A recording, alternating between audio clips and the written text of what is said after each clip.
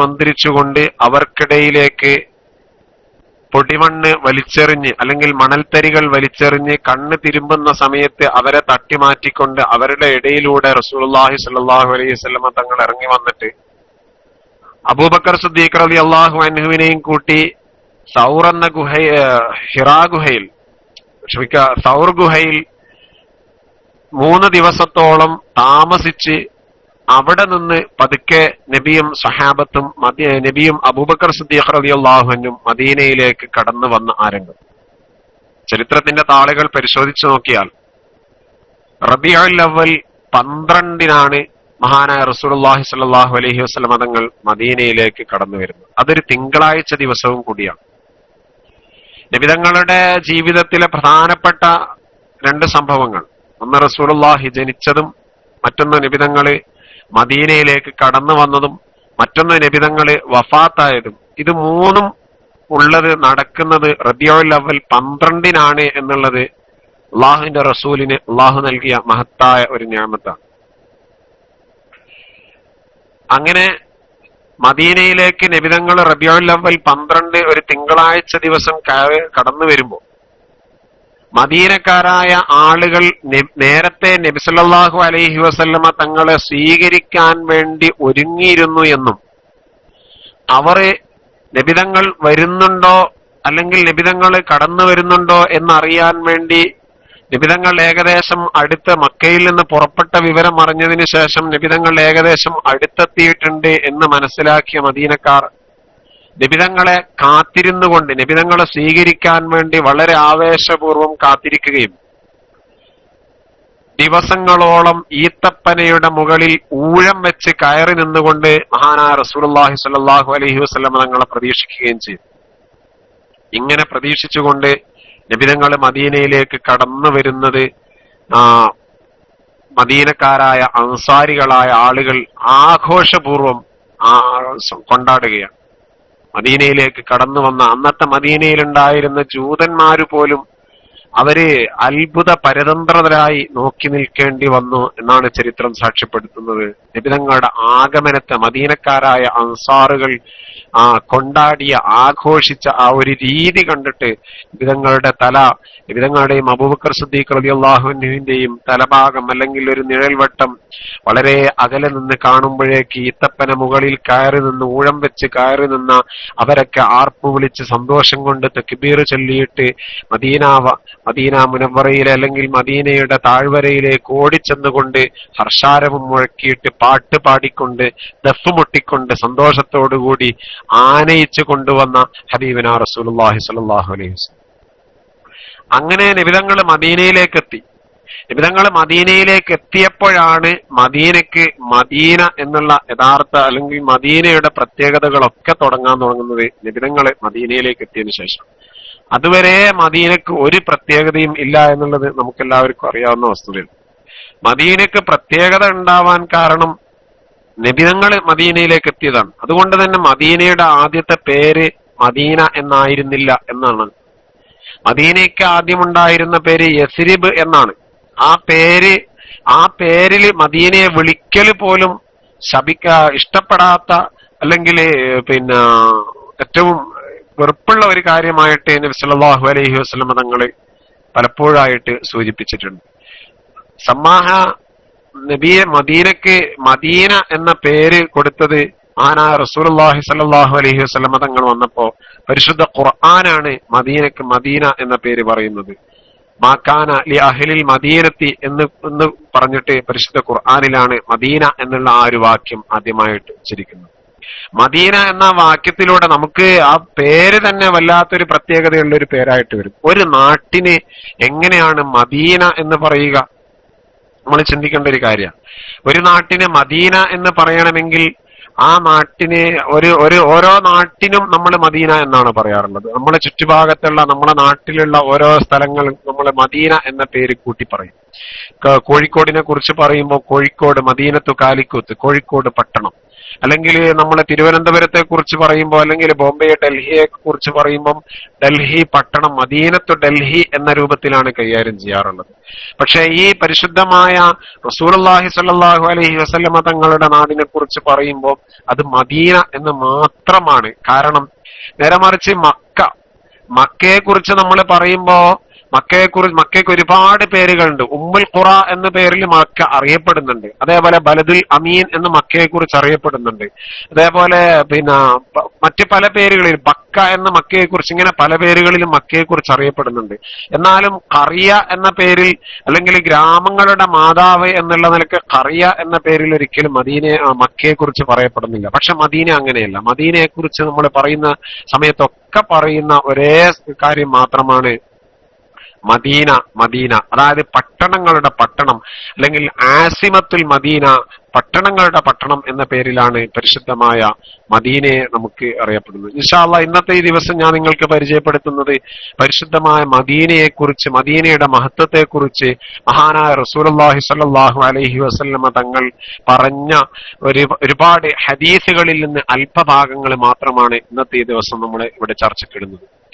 റസൂലുള്ളാഹി സ്വല്ലല്ലാഹു അലൈഹി വസല്ലമ തങ്ങൾ മദീന എന്ന പേര് വിളിച്ചു, അല്ലെങ്കിൽ മദീന എന്നറിയപ്പെട്ടതിന് ശേഷം പരിശുദ്ധ മദീനയ്ക്ക് ഒരുപാട് പ്രത്യേകതകൾ പറഞ്ഞു കൊടുക്കുകയാണ്, ഒരുപാട് ശ്രേഷ്ഠതകൾ പരിശുദ്ധമായ മദീനയ്ക്ക് ഉണ്ടാക്കിയെടുക്കുകയാണ്.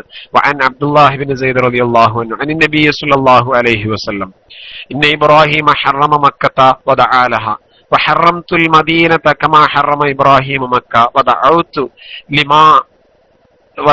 ലഹ ഫീ മുദ്ദിഹ വസായിഹ മിസ്ല മാ ദഅ ഇബ്രാഹിം അലൈഹിസ്സലാം ലിമക്ക. ഇമാം ബുഖാരിയും മുസ്ലിമും ഒക്കെ റിപ്പോർട്ട് ചെയ്യുന്ന ഹദീസിൽ കാണാം, ഇന്ന ഇബ്രാഹിമ ഹറമ മക്ക, ഇബ്രാഹിം നബി അലൈഹിസ്സലാം മക്കയെ ഹറാമാക്കി. അതായത് മക്കയെ കുറിച്ച് പറയുന്ന സമയത്തൊക്കെ നമ്മൾ പറയാറുണ്ട് ഹറമൻ ആമിനൻ, വിശ്വസ്തമായ നിർഭയത്വമുള്ള നാട് എന്നാണ് മക്കയ്ക്ക് പറയാറുള്ളത്.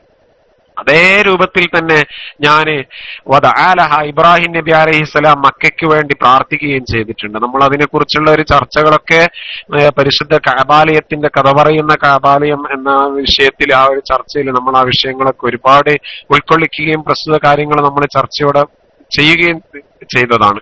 അപ്പൊ ഇബ്രാഹിം നബി അലൈഹിസ്സലാം മക്കയ്ക്ക് വേണ്ടി പ്രാർത്ഥിക്കുകയും മക്കയെ ഹറമാക്കുകയും ചെയ്തിട്ടുണ്ടെങ്കിൽ വഹറംതുൽ മദീന, ഞാൻ മദീനയെ ഹറം ആക്കി മാറ്റുകയാണ്. കമാ ഹറമ ഇബ്രാഹിം മക്ക, ഇബ്രാഹിം നബി അലൈഹിസ്സലാം മക്കയെ ഹറമാക്കിയതുപോലെ ഞാൻ മദീനയെ ഹറമാക്കുന്നു. വദഅഉതു ലഹാ, ഞാൻ മദീനയ്ക്ക് വേണ്ടി പ്രാർത്ഥിക്കുകയും ചെയ്യുന്നു.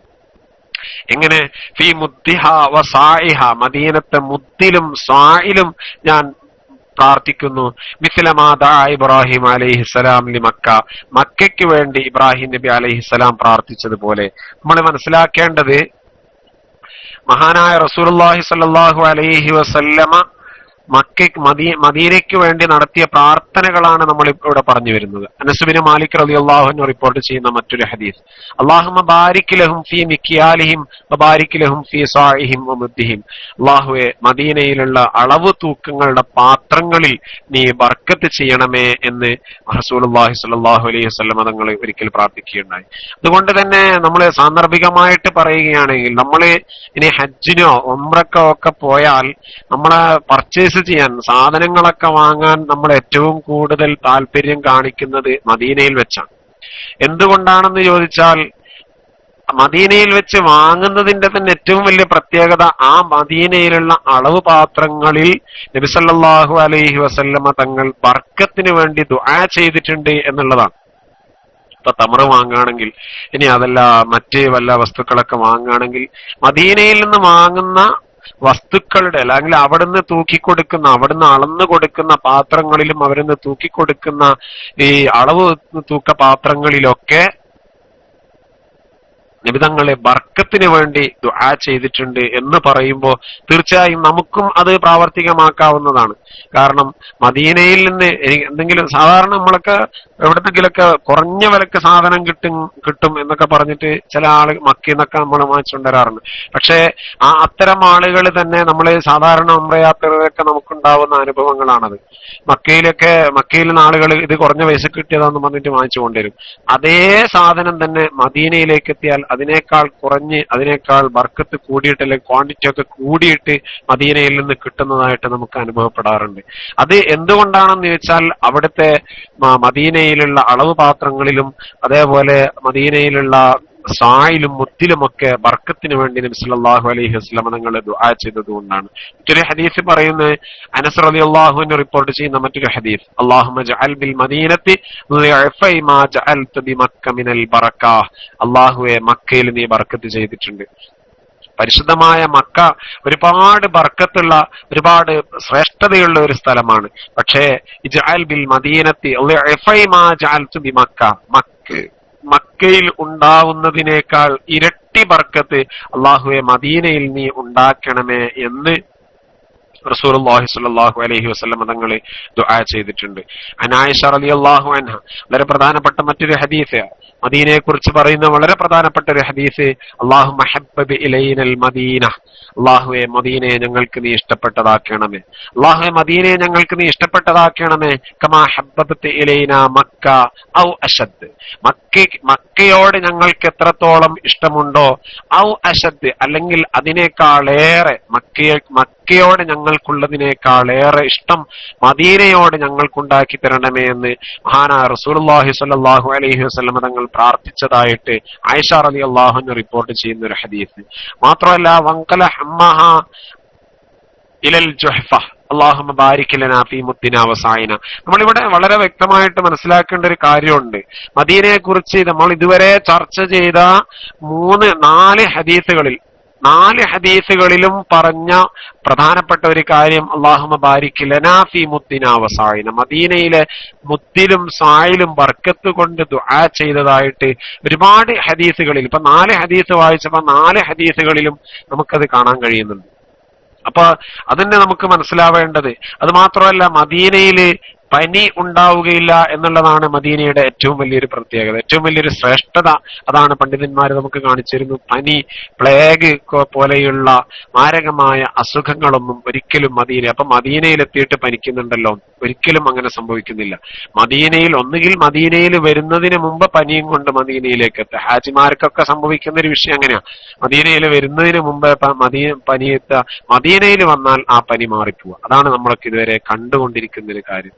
അള്ളാഹുവിന്റെ ആ പ്രിയപ്പെട്ട ഹബീബായ റസൂലുള്ളാഹി സ്വല്ലല്ലാഹു അലൈഹി വസല്ലം തങ്ങളുടെ വളരെ പ്രധാനപ്പെട്ട ഒരു മണ്ണ്. മാത്രമല്ല അലാ അൻഖാബിൽ മദീനത്തി മലായികത്തുൻ ലാ യദ്ഖുലുഹാ ത്വാഊൻ വല ദജ്ജാൽ, ഇമാം അബൂ ഹുറൈറ റിപ്പോർട്ട് ചെയ്യുന്ന മറ്റൊരു ഹദീസ്. അലാ അൻഖാബിൽ മദീനത്തി മലായികത്തുൻ, മദീനയുടെ പ്രവേശന കവാടങ്ങളിൽ അല്ലെങ്കിൽ മദീനയുടെ മലകളിലൊക്കെ മലക്കുകൾ, അള്ളാഹുവിന്റെ മലക്കുകൾ കാവൽ നിൽക്കുന്നുണ്ട്. അള്ളാഹുവിന്റെ മാലാഖമാർ അവിടെ കാവല് നിൽക്കുന്നുണ്ട്. ലാ യദ്ഖുലുഹാ ത്വാഊൻ, ത്വാഊൻ മദീനയിലേക്ക് പ്രവേശിക്കുന്നതല്ല. ത്വാഊൻ വല ദജ്ജാലു, ദജ്ജാലും മദീനയിൽ ഉണ്ടാവുകയില്ല. ത്വാഊന് പോലെയുള്ള വളരെ മാരകമായ രോഗം ഒരിക്കൽ പോലും മദീനയിൽ ഉണ്ടാവുകയില്ല. വല ദജ്ജാലു, ദജ്ജാലിന്റെ വിപത്തും മദീനയിൽ ഉണ്ടാവുകയില്ല. ദജ്ജാലിനെ കുറിച്ച് പറയുന്ന കൂട്ടത്തിൽ നമ്മൾ പറയാറുണ്ടല്ലോ, മദീനയുടെ അതിർത്തിയില് ജുഹ്ഫ മലയുടെ മുകളിൽ കയറി നിന്നിട്ട് ഇന്ന് സൗദി അറേബ്യയുടെ രാജാവിന്റെ കൊട്ടാരം നിൽക്കുന്ന തബൂക്ക് റോഡിലുള്ള ഖുർആൻ പ്രസിന്റെ ഒക്കെ തൊട്ടടുത്തായിട്ട് കാണുന്ന ആ ഒരു ജുഹ്ഫ മല, ആ മലയുടെ മുകളിൽ ദജ്ജാല് കയറി നിന്നിട്ട് അവിടെ നിന്ന് ചോദിക്കുമത്രേ ആരുടേതാണ് ഈ വെള്ളക്കൊട്ടാരമെന്ന്. 1400 വർഷങ്ങൾക്ക് മുമ്പ് റസൂലുള്ളാഹി സ്വല്ലല്ലാഹു അലൈഹി വസല്ലമ തങ്ങൾ ഈ ഹദീസ് പറയുമ്പോ മദീനത്തെ പള്ളിയുടെ പ്രത്യേകത, മദീനത്തെ പള്ളി വെറും ഈത്തപ്പനയോല കൊണ്ട് മടഞ്ഞ, ഈത്തപ്പനയുടെ പന കൊണ്ടുള്ള തൂണും ഈത്തപ്പനയോല മുകളിൽ വെച്ചിട്ടുള്ള ആ ഒരു ചെറിയ ഒരു പള്ളിയായിരുന്നു. ആ പള്ളി കണ്ടിട്ട് 1400 വർഷങ്ങൾക്ക് മുമ്പ്, ആ പള്ളി ഉണ്ടായിരിക്കെ 1400 വർഷങ്ങൾക്ക് മുമ്പ് റസൂലുള്ളാഹി പറഞ്ഞിട്ടുണ്ട്, ദജ്ജാല് ജുഹ്ഫ മലയുടെ മുകളിൽ കയറി നിന്നിട്ട് ചോദിക്കുമത്രേ ആരുടേതാണ് ഈ വെള്ളക്കൊട്ടാരമെന്ന്. അപ്പോ മദീനയിലേക്ക് ദജ്ജാല് പ്രവേശിക്കുകയില്ല. മദീനയുടെ പ്രവേശന കവാടത്തിൽ, മദീനയുടെ അതിർത്തികളിൽ അള്ളാഹുവിന്റെ മലക്കുകൾ അവിടെ എപ്പോഴും ഉണ്ടാവും. അത് മാത്രമല്ല, ഇന്നൽ ഈമാന ലയറിസുൽ ഇലൽ മദീനത്തി കമാ തഅ്സിറുൽ ഹയ്യത ഇലാ ഹുജ്രിഹാ, പാമ്പ് മാളത്തിലേക്ക് മടങ്ങി വരുന്നത് പോലെ മടങ്ങുന്നത് പോലെ, തിരിച്ചു പോകുന്നത് പോലെ, തിരിച്ചു കയറുന്നത് പോലെ ഈമാനും ഇതേപോലെ ഒരിക്കൽ മദീനയിലേക്ക് കടന്നു വരും എന്നുള്ളത് അള്ളാഹുവിന്റെ ഹബീബ് പറഞ്ഞതാണ്. മാത്രമല്ല ഇതൊക്കെ മദീനയെ കുറിച്ചുള്ള ഓരോ വിഷയങ്ങളിലും വന്ന ഹദീസുകളാണ്. മറ്റൊരു ഹദീസിൽ കാണാം മദീനയിൽ മരിക്കുന്നതിനെ കുറിച്ച് പറയുന്ന മറ്റൊരു ഹദീസുണ്ട്. മദീനയിൽ മരിച്ചാൽ കിട്ടുന്ന പ്രാധാന്യം, മദീനയിൽ മരിച്ചാൽ കിട്ടുന്ന ശ്രേഷ്ഠതയെ കുറിച്ച് ഹദീസിൽ പറയുന്നത് കാണാം. മനിസ്തതാ മിൻകും അൻ യമൂത ഫിൽ മദീനതി ഫൽയമൂത് ഫഇന്നി ഉശ്ഫിഉ ലിമൻ യമൂതു ഫിഹാ. മനിസ്തതാ മിൻകും അൻ യമൂത ഫിൽ മദീന, മദീനയിൽ ആർക്കെങ്കിലും മരിക്കാൻ കഴിയുമെങ്കിൽ ഫൽയമൂത്, അവൻ മദീനയിൽ വെച്ച് മരണപ്പെടട്ടെ. അള്ളാഹു അതിന് തൗഫീക്ക് ചെയ്യുമാറാവട്ടെ. മദീനയിൽ മരിക്കാൻ ആർക്കെങ്കിലും കഴിയുമെങ്കിൽ അവൻ മദീനയിൽ മരിക്കട്ടെ. എന്നാലോ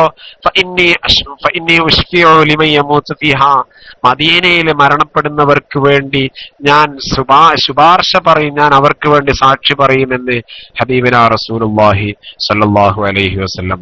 മദീനയില് അല്ലെങ്കിലും മദീനയിൽ മരിക്കുന്നതിനെ കുറിച്ച് നമുക്ക് വളരെ അത് ഒന്നുകൂടി താല്പര്യപൂർവ്വം ആലോചിക്കാവുന്ന ഒരു കേസാണ്. കാരണം നമ്മളൊക്കെ ചിലപ്പോ ഗൾഫിൽ നിന്നൊക്കെ മറ്റു സ്ഥലങ്ങളിൽ നിന്ന് എവിടുന്നെങ്കിലൊക്കെ മരിച്ചാല് മയ്യത്ത് നാട്ടിലെത്തിക്കാനാണ് എല്ലാവർക്കും താല്പര്യം. എന്തിനാണ് അവിടെ അവിടെ നമ്മളെ നാട്ടിലുള്ള ആളുകൾക്ക് അല്ലെങ്കിൽ നമ്മളെ കുടുംബത്തിന് അവസാനമായിട്ട് നമ്മളെ ഒന്ന് കാണാൻ വേണ്ടി, അത് സാമ്പത്തികമായിട്ട് അതിന് കഴിവുള്ള ആളുകളൊക്കെ ചിലപ്പോൾ നാട്ടിലെത്തിക്കാൻ വേണ്ടിയിട്ട് പറയും. മദീനത്തുനിന്ന് മരിച്ചാൽ ഒരിക്കലും നാട്ടിലെത്തിക്കാൻ വേണ്ടി പറയാൻ പാടില്ല, അല്ലെങ്കിൽ ഇങ്ങനെ കൊണ്ടുപോകരുത് എന്നാണ് ഈ ഹദീസിലൂടെ നമ്മൾ മനസ്സിലാക്കുന്നത്. കാരണം നാട്ടില് മരിച്ചാൽ ഇപ്പൊ എന്താ ഇപ്പം മെച്ചമുള്ളത്? നാട്ടില് മരിച്ചാൽ നമ്മൾ ഏതെങ്കിലും നമ്മുടെ നാട്ടിലൊരു ഖബർസ്ഥാനിൽ കൊണ്ടുപോയിട്ട് അവിടെ മറവ് ചെയ്യും. അവിടെ മറവ് ചെയ്താൽ കൂടി വന്നാല് നമ്മളെ മക്കളെ ആരെങ്കിലും വന്നിട്ട് നമുക്ക് വേണ്ടിയിട്ട് ഒരു ഫാത്തിഹ ഓതും. എന്റെ ഉപ്പുപ്പാന്റെ കവറായിരുന്നു ഇത് എന്ന് നമ്മളറിയാത്ത നമ്മളെ പേരെ കുട്ടികളൊന്നും ഒരിക്കലും വന്നിട്ട് അത് ചെയ്താൽ തന്നെ ആ ഒരു തലമുറ മാത്രം നമുക്ക് വേണ്ടിയിട്ട് ഈ ഒരു വിഷയം നമുക്ക് വേണ്ടിയിട്ട് ദുആ ചെയ്യാനൊന്നും ആരും ഉണ്ടാവൂല. നേരെ മറിച്ച് മദീനയിൽ നമ്മൾ മരണപ്പെട്ടാൽ നമ്മളെയൊക്കെ മറവ് ചെയ്യുന്നത് പരിശുദ്ധമാക്കപ്പെട്ട ജന്നത്തുൽ ബഖിയ, ജന്നത്തുൽ ഗർഖദ് എന്ന പേരിൽ അറിയപ്പെടുന്ന ജന്നത്തുൽ ബഖിയയിലാണ് നമ്മളെയൊക്കെ മറവ് ചെയ്യപ്പെടുന്നത്. അങ്ങനെ അവിടെ മറവ് ചെയ്താൽ ഓരോ ദിവസവും ലക്ഷക്കണക്കിന് ആളുകൾ അവിടെ വന്നിട്ട് അക്കൂട്ടത്തിൽ ഒരു 10,000 ആളെങ്കിലും ഒരു ഫാത്തിഹ ഓതിയാൽ ആ ഫാത്തിഹയിൽ നമ്മളും ഉൾപ്പെടുകയും ലക്ഷക്കണക്കായ ലോകത്തിന്റെ വിവിധ ഭാഗങ്ങളിൽ വരുന്ന ഔലിയാക്കളൊക്കെ അവിടെ വന്നിട്ട് ഫാത്തിഹ ഓതിയിട്ട് ആ മദീനയിലെ ഖബർസ്ഥാനിൽ മറവ് ചെയ്യപ്പെട്ടവർക്ക് ഹദിയ ചെയ്യുമ്പോൾ റസൂലുള്ളാഹി സ്വല്ലല്ലാഹു അലൈഹി വസല്ലം തങ്ങളുടെ ശഫാഅത്ത് കിട്ടുന്നതിന് അത് കൂടി തന്നെ അവരുടെയൊക്കെ പ്രാർത്ഥനയിലും ഉൾക്കൊള്ളാൻ കഴിയുന്നു എന്നുള്ളത് തന്നെയാണ് മദീനയിൽ മരണപ്പെടുന്നത് കൊണ്ടുള്ള ഏറ്റവും വലിയൊരു നേട്ടം. അല്ലാഹു സുബ്ഹാനഹു വ തആല നമുക്കൊക്കെ അതിനുള്ള അവസരം നൽകുമാറാവട്ടെ. അല്ലാഹു മദീനയിൽ മരണപ്പെടുക എന്ന വലിയ ഒരു സ്വപ്നത്തിലേക്ക് നമ്മളെ എല്ലാവരെയും അല്ലാഹു തആല എത്തിച്ചേരുമാറാവട്ടെ. എന്റെ ശബ്ദം ശ്രവിക്കുന്ന സൗദി അറേബ്യയിൽ നിന്ന് പുറത്തുള്ള ആളുകൾ ഇൻഷാ അള്ളാഹു നമ്മുടെ ദുആ സ്വീകരിക്കുകയാണ് എങ്കിൽ അവിടെ മരണപ്പെടാൻ നമുക്ക് മറ്റൊരു തടസ്സവും ഉണ്ടാവില്ല. കാരണം അള്ളാഹുവിന്റെ ഖബൂലിയത്ത് ഉണ്ടാവുക എന്നുള്ളതാണ്. ഈ അവസരങ്ങളിലൊക്കെ ദുആ ചെയ്യുമ്പോൾ തീർച്ചയാണ് നമ്മളെ സംബന്ധിച്ചിടത്തോളം ആ ഒരു ഖബൂലിയത്ത് ഉണ്ടാവും. അള്ളാഹു സ്വീകരിക്കുമാറാവട്ടെ. പിന്നെ മദീനക്ക് പറയുന്ന മറ്റൊരു പ്രത്യേകതയാണ് അൽ മദീനത്ത് ഫീഹാ ഖബരി. മദീന എന്നുള്ളത് ഫീഹാ ഖബരി, അവിടെയാണ് മദീനയിലാണ് എന്റെ ഖബർ ഉള്ളത്. വഫീഹാ ബൈത്തി, മദീനയിലാണ് എന്റെ വീടുള്ളത്. വഫീഹാ ബൈത്തി വതുർബത്തി ഫഹഖുൻ അലാ കുല്ലി മുസ്ലിമിൻ സിയാറത്തുഹാ. ഓരോ മുസ്ലിമും അവിടെ വന്ന് സിയാറത്ത് ചെയ്യുക എന്നുള്ളത് അവരെ സംബന്ധിച്ചിടത്തോളം ഒരു കടമയാണ്, ഒരു ബാധ്യതയാണ് എന്ന് മഹാനായ റസൂലുള്ളാഹി സ്വല്ലല്ലാഹു അലൈഹി വസല്ലം മദീന സിയാറത്ത് ചെയ്യുന്നതിനെ കുറിച്ച് ഹദീസിൽ പറയുന്നുണ്ട്. മദീന സിയാറത്തിനെ കുറിച്ച് പറയുന്ന ഒരുപാട് ഹദീസുകൾ നമുക്കറിയാം. മൻസാറനി ബഅദ മമാതി കാന കമൻസാറനി ഫി ഹയാതി. എന്റെ വഫാത്തിന് ശേഷം, എന്റെ ഞാൻ വഫാത്തായതിനു ശേഷം ഒരാൾ എന്നെ വന്ന് സിയാറത്ത് ചെയ്താൽ കാന കമൻ സാറനി ഫി ഹയാത്തി, ഞാൻ ജീവിച്ചിരിക്കുമ്പോൾ അവൻ എങ്ങനെയാണോ എന്നെ സിയാറത്ത് ചെയ്യുന്നത്, എന്നെ കാണാൻ വരുന്നത്, അതുപോലെയാണ് എന്റെ വഫാത്തിന് ശേഷം റസൂലുള്ളാഹി അവിടെ മറവ് ചെയ്യപ്പെട്ട് കിടക്കുന്ന ആ ഹബീബിന്റെ ഖബറിന്റെ ചാര ചെന്നിട്ട് നമ്മളൊരു സലാം പറഞ്ഞാൽ റസൂലുള്ളാഹി ജീവിച്ചിരിക്കുമ്പോൾ നമ്മൾ ചെയ്യുന്ന ഒരു സിയാറത്തിന് തുല്യമാണ് എന്ന് ഈ ഒരു ഹദീസിലൂടെ നമുക്ക് മനസ്സിലാക്കാൻ പറ്റും. അതുപോലെ ഖബർ സിയാറത്ത്, റസൂലുള്ളാഹിന്റെ റൗള സിയാറത്ത് ചെയ്താൽ കിട്ടുന്ന മറ്റൊരു നേട്ടമാണ് മൻസാറനി വജബത്ത് ലഹു ശഫാഅത്തി.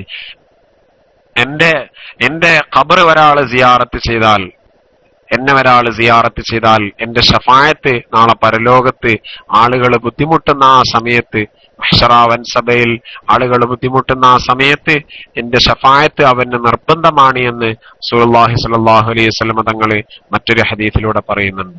ഇങ്ങനെ ഒരുപാട് പ്രത്യേകതകളാണ് മദീനയെ കുറിച്ച് സല്ലല്ലാഹു അലൈഹി വസല്ലം തങ്ങൾ പറഞ്ഞത്. മാത്രമല്ല മറ്റൊരു ഹദീസിൽ ഇങ്ങനെ കാണാം, മദീന റമളാൻ മാസത്തിൽ അല്ലെങ്കിൽ റമളാനിലെ കാലഘട്ടങ്ങളിൽ നമ്മൾ മദീനയിലേക്ക് എത്തിച്ചേർന്നാൽ, മദീനയിൽ റമളാൻ മാസം ചെലവഴിക്കാൻ കഴിഞ്ഞാൽ അതിനും വലിയൊരു പ്രതിഫലമാണ്. ഇമാം തബറാനി ഇബ്നു ഉമർ റളിയല്ലാഹു അൻഹുവിൽ നിന്ന് റിപ്പോർട്ട് ചെയ്യുന്ന ഹദീസിൽ കാണാം, സിയാമു ശഹ്റു റമളാന ബിൽ മദീനത്തി കസിയാമു അൽഫി ശഹ്റിൻ ഫീമാ സിവാഹ്. സിയാമു ശഹ്റു റമളാന ബിൽ മദീന, മദീനയിൽ വെച്ച് റമളാൻ മാസത്തിൽ നോമ്പനുഷ്ഠിക്കുക എന്നുള്ളത് കസിയാമി അൽഫി ശഹ്റിൻ ഫീമാ സിവാഹ, റമളാൻ അല്ലാത്ത മാസങ്ങളിൽ 1000 മാസത്തിൽ നോമ്പനുഷ്ഠിക്കുന്ന പ്രതിഫലമാണ് റമളാൻ മാസത്തിൽ മദീനയിൽ നിന്ന് നോമ്പനുഷ്ഠിക്കുന്നതിലൂടെ ഒരാൾക്ക് കിട്ടുന്നത്. പരിശുദ്ധമായ റമളാനൊക്കെ ആഗതമായാൽ ഒരിക്കലെങ്കിലും ഒരു തവണയെങ്കിലും ഉംറക്ക് പോയിട്ട് ഒരു നോമ്പെങ്കിലും മദീനയിൽ നിന്ന് നമ്മൾ നോമ്പെടുക്കുകയും ഒരു നോമ്പെങ്കിലും മദീനയിൽ നിന്ന് നോമ്പ് തുറക്കുകയും ചെയ്താൽ, ആ ഒരു നോമ്പ് തുറക്കുകയും ചെയ്താൽ ആ നോമ്പിന് പറയുന്ന കസിയാമി അൽഫിഷ്, ഒരു മാസം മുഴുവൻ നോമ്പെടുക്കാൻ കഴിയുമെങ്കിൽ കസിയാമി അൽഫി ഷഹ്റിൻ ഫീമാ സിവാഹ്, റമളാൻ അല്ലാത്ത മാസം 1000 മാസം നോമ്പെടുക്കുന്ന പ്രതിഫലം നോമ്പിന്റെ ഒരൊറ്റ റമളാൻ മാസം കൊണ്ട് നമുക്ക് മദീനയിൽ വെച്ച് നോമ്പെടുക്കുന്നത് കൊണ്ട് നമുക്ക് ലഭിക്കുമെന്ന് ഈ ഹദീസിലൂടെ നമുക്ക് വ്യക്തമായിട്ട് മനസ്സിലാക്കാം. അതുപോലെ മദീനയെ കുറിച്ച് പറയുമ്പോൾ മദീനയുടെ മദീനയുടെ ഈത്തപ്പഴം, മദീനയുടെ കാരക്ക, അതിനും വലിയ പ്രതിഫലമുള്ളതായിട്ട് ഇൻഷാ അല്ലാഹ് നമുക്ക് വഴിയെ ആ വിഷയത്തിലേക്ക് നമുക്ക് എത്തുമെങ്കിലും മദീനയുടെ പ്രാധാന്യം പറഞ്ഞ ഹദീസുകളുടെ കൂട്ടത്തിൽ വളരെ പ്രാധാന്യത്തോടു കൂടി എടുത്തു പറഞ്ഞ മറ്റൊരു ഹദീസാണ് മദീനയിലെ അജ്വയെ കുറിച്ച് പറയുന്ന ഒരു ഹദീസ്, മൻ തസബ്ബഹ കുല്ല യൗമിൻ സബഅ തംറാത്തിൻ മിൻ അജ്വത്തിൽ ആലിയ ലം യദുറുഹു ഫീ ദാലിക്കൽ യൗമി സുമ്മുൻ വലാ സിഹ്റുൻ. ഇമാം ബുഖാരിയും ഇമാം മുസ്ലിമും സംയുക്തമായിട്ട് റിപ്പോർട്ട് ചെയ്ത, മുത്തഫഖുൻ അലൈഹി റിപ്പോർട്ട് ചെയ്ത ഹദീസ്. ആ ഹദീസിൽ പറയുന്ന മൻ തസബ്ബഹ കുല്ല യൗമിൻ സബഅ തംറാത്തിൻ മിൻ അജ്വത്തിൻ, ഒരാൾ എല്ലാ ദിവസവും രാവിലെ 7 അജ്വ കഴിച്ചാൽ, അജ്വത്തിൽ ആലിയ, സാധാരണ അജ്വയല്ല, മദീനത്ത് പോയാൽ അജ്വ എന്ന് പറഞ്ഞിട്ട് നമ്മളൊരു അജ്വയെ വാങ്ങിച്ചിട്ട് ഇങ്ങോട്ട് പോരും. അത് പ്രത്യേകിച്ച് നമ്മൾ മലയാളികൾ അജ്വ വാങ്ങുമ്പോ ഏറ്റവും വില കുറഞ്ഞ ഏതാണോ അത് നോക്കിയിട്ട് വാങ്ങിച്ചിട്ട് ഇങ്ങോട്ട് പോരാണ് സാധാരണ ചെയ്യാറുള്ളത്. പക്ഷെ ഹദീസുകളിൽ എടുത്തു പറഞ്ഞൊരു കാര്യമുണ്ട്, അജ്വത്തുൽ ആലിയ എന്ന് പ്രത്യേകം എടുത്തു പറയുന്ന ഒരു കാര്യമുണ്ട്. എന്നാൽ ആ അജ്വ ആലിയ കഴിക്കുന്നത് കൊണ്ടുള്ള മെച്ചം ലം യദുറുഹു ഫീ ദാലിക്കൽ യൗമി സുമ്മുൻ വലാ സിഹ്റുൻ, ആ ദിവസം അജ്വ കഴിച്ചുകൊണ്ട് ഒരാൾ വിഷം കുടിച്ചാൽ ആ വിഷം അവനേൽക്കുകയില്ല, വലാ സിഹ്റുൻ, സിഹ്റും അവനേൽക്കുകയില്ല.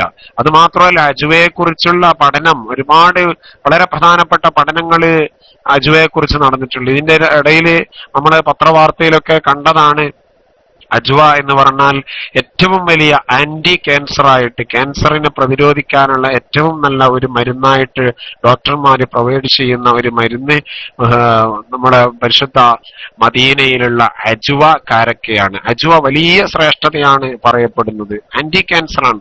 ഒരാളെ അജ്വ കഴിച്ചു, സ്ഥിരമായിട്ട് അജ്വയും കഴിക്കുക, അക്കൂട്ടത്തിൽ സംസം വെള്ളവും കുടിച്ചുകൊണ്ട് അയാള് ഒരു ദിവസം രാവിലെ ആദ്യമായിട്ട് കഴിക്കുന്നത് അജ്വയും അന്ന് ആദ്യമായിട്ട് കുടിക്കുന്ന സംസം വെള്ളം, ഇങ്ങനെ ഇത് രണ്ടും കുടിച്ച് ഒരാള് ഒരു നേരം പുലരുകയാണ് എങ്കിൽ അദ്ദേഹത്തിന് ക്യാൻസറിന്റെ ഒരു പ്രശ്നവും ഒരിക്കലും അനുഭവപ്പെടുകയില്ല എന്ന് ഒരുപാട് അനുഭവ സാക്ഷ്യം അതിന് നമുക്ക് മുമ്പിലുണ്ട്. അതുപോലെ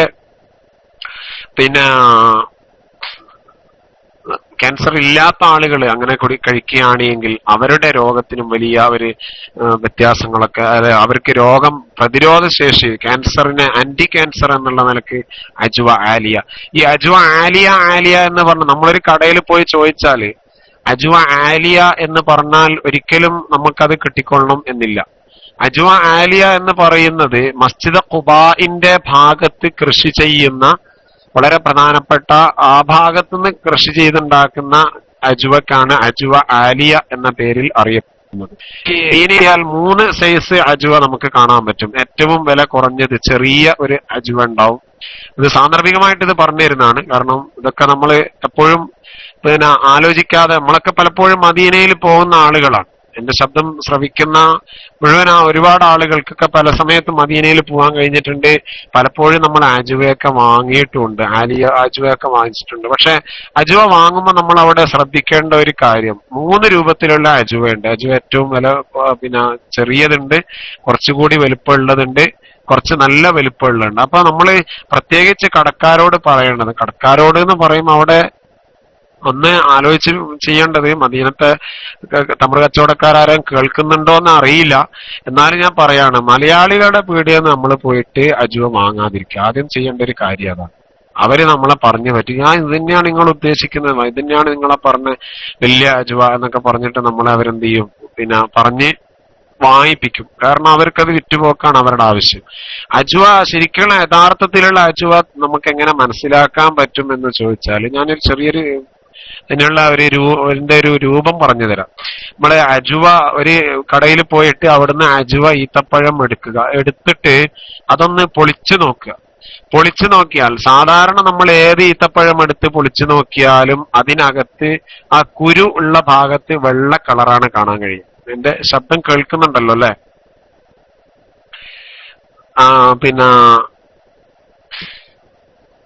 ഓക്കെ. അതായത് അജ്വ നമ്മള് സാധാരണക്കാരൊക്കെ ഏത് എടുത്തു നോക്കിയാലും അജ്വ തന്നെ, ഈ സെക്കൻഡ് ക്വാളിറ്റി ഒക്കെ അജ്വ എടുത്തു നോക്കിയാൽ തന്നെ അതിന്റെ ഉള്ളിൽ ആ കുരു ഉള്ള ഭാഗത്ത് എല്ലാ ഈത്തപ്പഴത്തിനുള്ള ഒരു പ്രത്യേകതയാണ്. പക്ഷെ അജ്വക്ക്, ഈ അജ്വ ആലിയ ആവുമ്പോ അതിനുള്ള ഒരു പ്രത്യേകത, ആ കുരു ഉള്ള ഭാഗത്തൊക്കെ മുഴുവനും ഒന്നുകിൽ നല്ല കറുപ്പായിരിക്കും, അല്ലെങ്കിൽ വെള്ളയല്ലാത്ത ഒരു കളറിലുള്ള ഒരു കറുപ്പായിട്ടായിരിക്കും അവിടെ ഉണ്ടാകുക. ഈ രൂപത്തിൽ നമ്മളൊന്ന് പൊളിച്ചു നോക്കിയിട്ട് അങ്ങനെ വാങ്ങിച്ചാൽ നമുക്ക് യഥാർത്ഥത്തിലുള്ള അജ്വ കിട്ടാൻ അത് കാരണമാണ്. അജ്വയ്ക്ക് വലിയൊരു പ്രത്യേകത വേറെയുണ്ട്. അതിനെ അജ്വയെ കുറിച്ച് പറയുന്ന സമയത്ത് ഇൻഷാ അല്ലാഹ് നമുക്ക് അതിനെപ്പറ്റി ചർച്ച ചെയ്യാം എന്നുള്ള നിലക്ക് ഞാനിപ്പോൾ അത് മാറ്റിവെക്കുകയാണ്. പക്ഷെ ഈ ഹദീസ് നമ്മൾ ഓർമ്മിച്ചു വെക്കണം.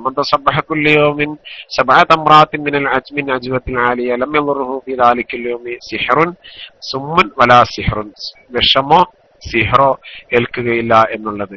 മറ്റൊരു ഹദീസ് മദീനയിൽ നേരത്തെ പറഞ്ഞതുപോലെ തന്നെയാണ്. മദീനയുടെയും മക്കയിലും ഹറമുകൾക്കിടയിൽ ഒരാൾ മരണപ്പെടുകയാണെങ്കിൽ അയാൾക്കുള്ള നേട്ടത്തെ കുറിച്ച് പറയുന്നു.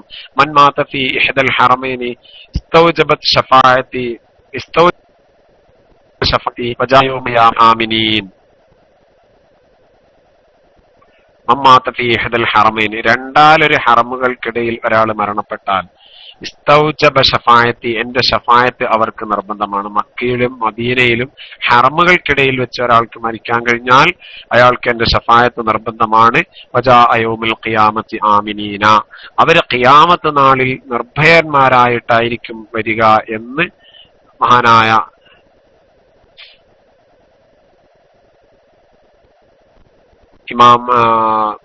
ഇമാം ബുഖാരി, മുസ്ലിമൊക്കെ റിപ്പോർട്ട് ചെയ്യുന്ന ഹദീസുകളിൽ ഈ കാര്യം കാണാൻ കഴിയുന്നുണ്ട്.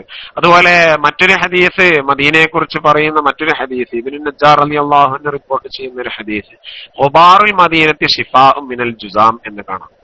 ഖുബാറുൽ മദീനത്തി, മദീനയിലെ പൊടി, ശിഫാഉ മിനൽ ജുസാമി, അത്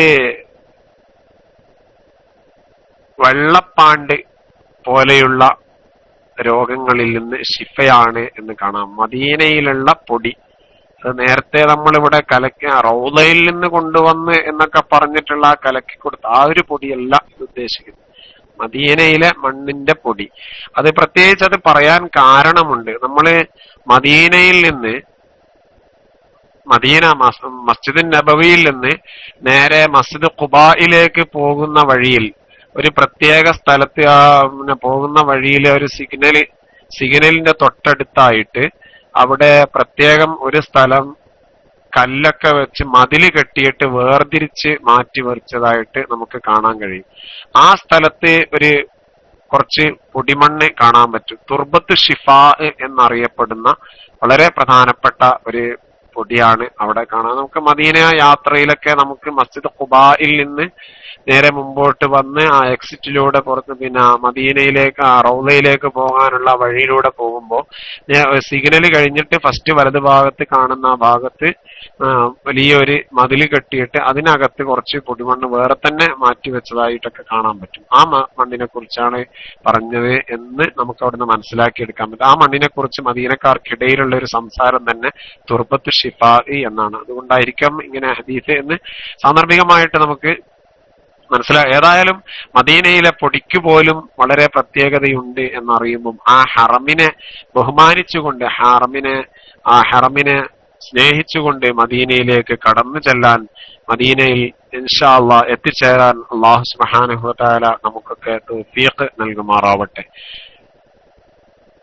മദീനയെ കുറിച്ച് പറയപ്പെടുന്ന വളരെ പ്രധാനപ്പെട്ട ഒരുപാട് ഹദീസുകളാണ് ഞാനിപ്പോൾ നിങ്ങളുടെ മുമ്പാകെ സമർപ്പിച്ചത്. ഇൻഷാ അല്ലാഹ് വരും ദിവസങ്ങളിൽ മദീനയുടെ ചരിത്രം, മദീനയിൽ ആ പള്ളിയുടെ പ്രത്യേകത, പള്ളിയുടെ ഏതൊക്കെ ഭാഗത്ത് എന്തൊക്കെ പ്രത്യേകതകളാണ് നമുക്ക് കണ്ടെത്താനുള്ളത്, അതിന് ഏതെല്ലാം രൂപത്തിലാണ് നമ്മൾ മദീനയെ സമീപിക്കേണ്ടത് തുടങ്ങിയ വിഷയങ്ങളൊക്കെ ഇൻഷാ അല്ലാഹ് വരും ദിവസങ്ങളിൽ നമുക്ക് ചർച്ച ചെയ്യാൻ കഴിയും എന്ന് ഞാൻ പ്രതീക്ഷയോടെ ആഗ്രഹിക്കുകയാണ്. സൗദി സമയം 2 മണി, UAE സമയം 3 മണി. ആ ഒരു സമയത്ത് മറ്റു പരിപാടികളൊന്നും ഇല്ലാത്ത ഒരു അവസരത്തിൽ ഇൻഷാ അല്ലാഹ് ഈ വിഷയം മദീനയെ കുറിച്ചുള്ള കൂടുതൽ ചർച്ചകളിലേക്ക് നമുക്ക് കയറിപ്പോകാൻ കഴിയും. അല്ലാഹു സുബ്ഹാനഹു വ തആല നമ്മിൽ നിന്ന് ഖബൂൽ ചെയ്യുമാറാവട്ടെ. പരിശുദ്ധ മദീനയെ സ്നേഹിക്കാനും മദീനയിൽ എത്തിച്ചേർന്നുകൊണ്ട് പരിശുദ്ധ റസൂലുള്ളാഹിന്റെ ചാരത്ത് ഇരുന്നുകൊണ്ട് റസൂലുള്ളാഹിന്റെ ഖബറിന്റെയും മിമ്പറിന്റെയും ഇടയിലുള്ള ആ റൗള ഷരീഫ് എന്നറിയപ്പെടുന്ന ആ സ്ഥലത്തൊക്കെ ഇരുന്ന് അല്ലാഹുവിന്റെ മുമ്പിലേക്ക് കരങ്ങൾ നീട്ടിയിട്ട് നമ്മുടെ തെറ്റുകളൊക്കെ പൊറുപ്പിക്കാനുള്ള അവസരം അല്ലാഹു സുബ്ഹാനഹു വ തആല നമുക്കൊക്കെ പ്രദാനം ചെയ്യുമാറാവട്ടെ. പരിശുദ്ധ മദീനയെ സ്നേഹിക്കുന്ന മുഅ്മിനീങ്ങളിൽ അല്ലാഹു നമ്മളെയൊക്കെ ഉൾപ്പെടുത്തി അനുഗ്രഹിക്കുമാറാവട്ടെ. ആമീൻ എന്ന് മാത്രം ദുആ ചെയ്തുകൊണ്ട് ഞാൻ ഇതുവരെ പറഞ്ഞ കാര്യങ്ങളിൽ ഹദീസുമായി ബന്ധപ്പെട്ട് പറഞ്ഞ കാര്യത്ത് എന്തെങ്കിലും അപാകതകൾ, ഏതെങ്കിലും വാക്കുകളിൽ എന്തെങ്കിലും, പ്രത്യേകിച്ച് ഇതൊക്കെ വളരെ ആധികാരികം എന്നുള്ള രൂപത്തിലൊക്കെ നമ്മൾ അറിയേണ്ട വസ്തുതകളാണ്. അപ്പൊ അതിന്റെ ഇടയിൽ അബദ്ധത്തിലോ മറ്റോ അല്ലെങ്കിൽ എന്റെ അറിയായ്മ കൊണ്ടോ എന്തെങ്കിലും തെറ്റുകളൊക്കെ സംഭവിച്ചു പോയിട്ടുണ്ടെങ്കിൽ തീർച്ചയായും എന്റെ ഉസ്താദുമാർ ഇതൊക്കെ തിരുത്തി തരണം എന്ന് മാത്രം ഓർമ്മപ്പെടുത്തിക്കൊണ്ട് എന്റെ വാക്കുകൾ ഞാൻ ഉപസംഹരിക്കുന്നു. ആഖിറു ദഅവാനാ അനിൽ ഹംദുലില്ലാഹി റബ്ബിൽ ആലമീൻ. അസ്സലാമു അലൈക്കും വറഹ്മത്തുള്ളാഹി വബറകാതുഹു. وعليكم السلام ورحمة الله وبركاته. السلام عليكم. الحمد لله والصلاة والسلام على أشرف المرسلين وعلى آله وصحبه أجمعين. സഹോദരന്മാരെ, നാം ഇതുവരെയും മഹത്തായ നമ്മുടെ ചരിത്രങ്ങളുടെയുള്ള ഒരു എത്തിനോട്ടം എന്ന മഹത്തായ നമ്മുടെ പരിപാടിയിൽ പുണ്യ മദീനയെക്കുറിച്ചുള്ള നല്ല ഒരു ക്ലാസ്സാണ് നമുക്ക് ലഭിച്ചത്.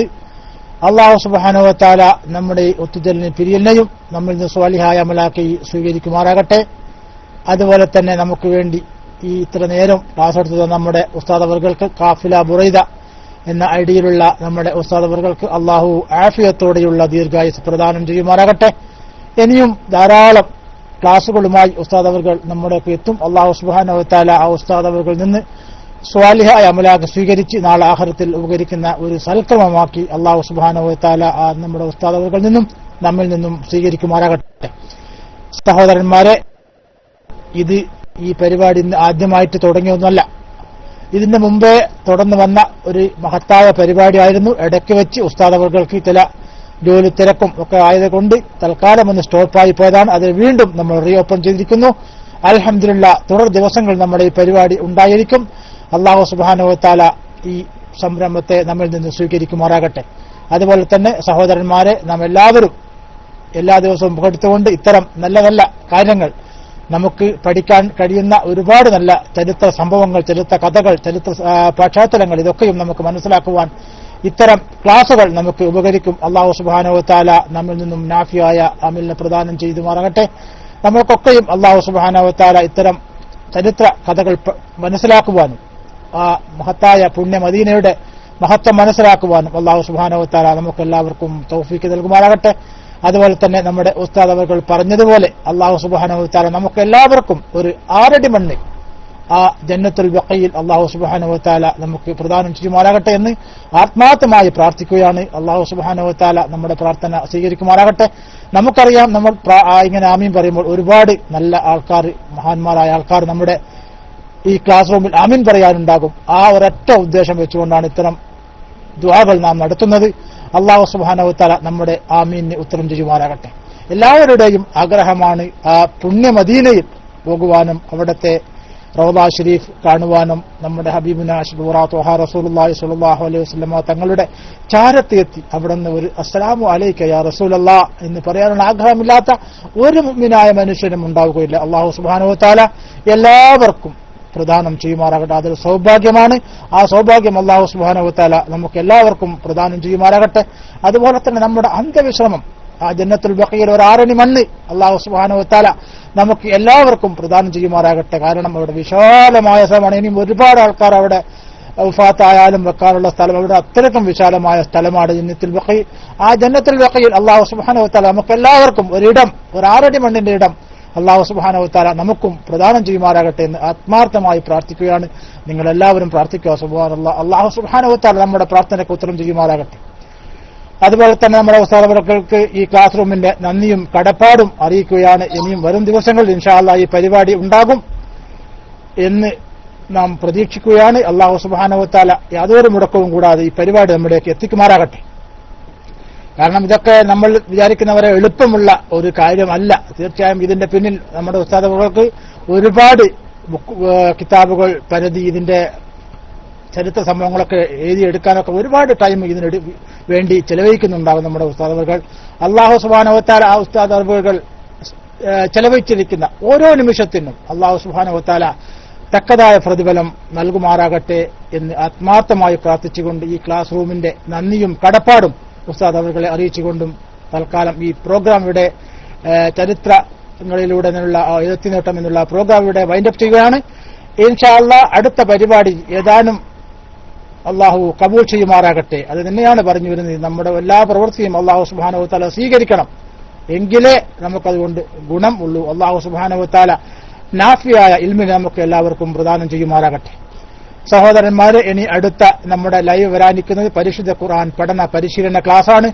ഇൻഷാ അല്ലാഹ് ഏതാനും നിമിഷങ്ങൾക്കകം, ഏതാനും 10-15 മിനിറ്റിനുള്ളിൽ നമ്മുടെ ബഹുമാനപ്പെട്ട നദറുദ്ദീൻ ഫൈലി ഉസ്താദുകളുടെ പരിശുദ്ധ ഖുർആനിന്റെ പഠന പരിശീലന ക്ലാസ് ആരംഭിക്കും. എല്ലാവരും ആ പരിപാടിയിൽ പങ്കെടുക്കണം.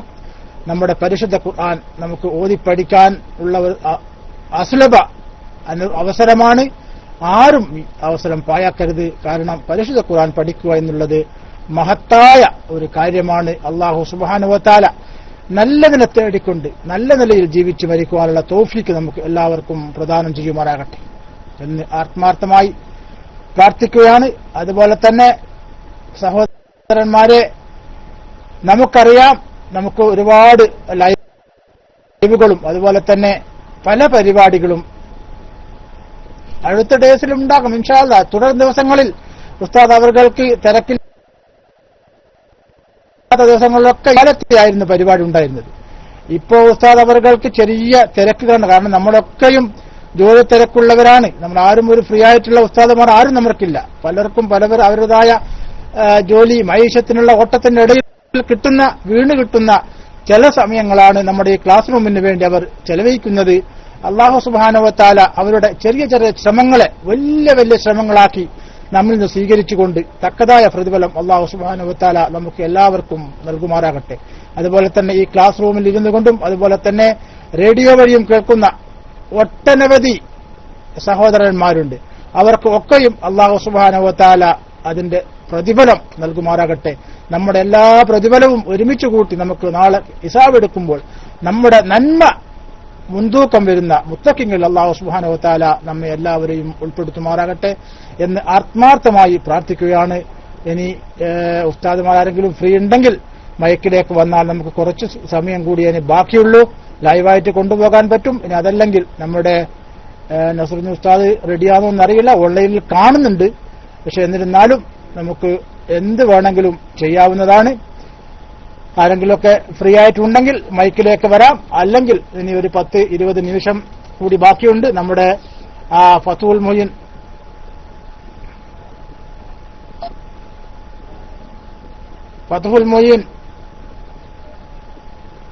ഫതുൽ മൊയ്യൻ ദർസിന്റെ ക്ലാസ്സാണ് ഇടേണ്ടത്. അതുകൊണ്ട് അതിനുള്ള ഒരു ശ്രമമാണ് നടത്തുക. ഇൻഷാ അല്ലാഹ് നമ്മുടെ ഫതുൽ മൊയ്യൻ 6-ാം ദിവസത്തിന്റെ റെക്കോർഡ് റെഡിയുണ്ട്. അത് ഒന്ന് ഇടുന്നതായിരിക്കും. അതിനുള്ള തയ്യാറെടുപ്പുകൾ നടന്നുകൊണ്ടിരിക്കുകയാണ്. ഇൻഷാ അല്ലാഹ് ഉടനെ തന്നെ നമ്മുടെ കുറഞ്ഞ സമയമുള്ളൂ. ഏതായാലും 4 മണി കേസ് ടൈം 4 മണി മുതൽ നമ്മുടെ ഖുർആൻ പഠന ക്ലാസ്സാണ്. അപ്പോൾ അതുവരേക്കുള്ള ചെറിയൊരു ഇടവേളയിൽ നമുക്ക് ഈ സമയത്ത് നമ്മുടെ ഫതുൽ മൊയ്യൻ ദർസ് നടക്കേണ്ട സമയമായതുകൊണ്ട് അതിന്റെ റെക്കോർഡായിരിക്കും ഇടുക. അതിനുള്ള ശ്രമം നടത്തുകയാണ്. അല്ലാഹു സുബ്ഹാനഹു വ തആല നമ്മുടെ ഈ കൂട്ടായ്മ നമ്മിൽ നിന്ന് സ്വീകരിക്കുമാറാകട്ടെ എന്ന് ആത്മാർത്ഥമായി പ്രാർത്ഥിക്കുകയാണ്. അല്ലാഹു സുബ്ഹാനഹു വ തആല നമ്മുടെ ഉസ്താദുമാർക്ക് ആഫിയത്തോടെയുള്ള ദീർഘായുസ് പ്രദാനം ചെയ്യുമാറാകട്ടെ എന്ന് ദുആ ചെയ്തുകൊണ്ട് തൽക്കാലം നമ്മുടെ ഫതുൽ ദർസിന് വേണ്ടി ഞാൻ മൈക്കിൽ ഇൽസാക്കുന്നു. അസ്സലാമു അലൈക്കും വറഹ്മത്തുള്ളാഹി വബറകാതുഹു.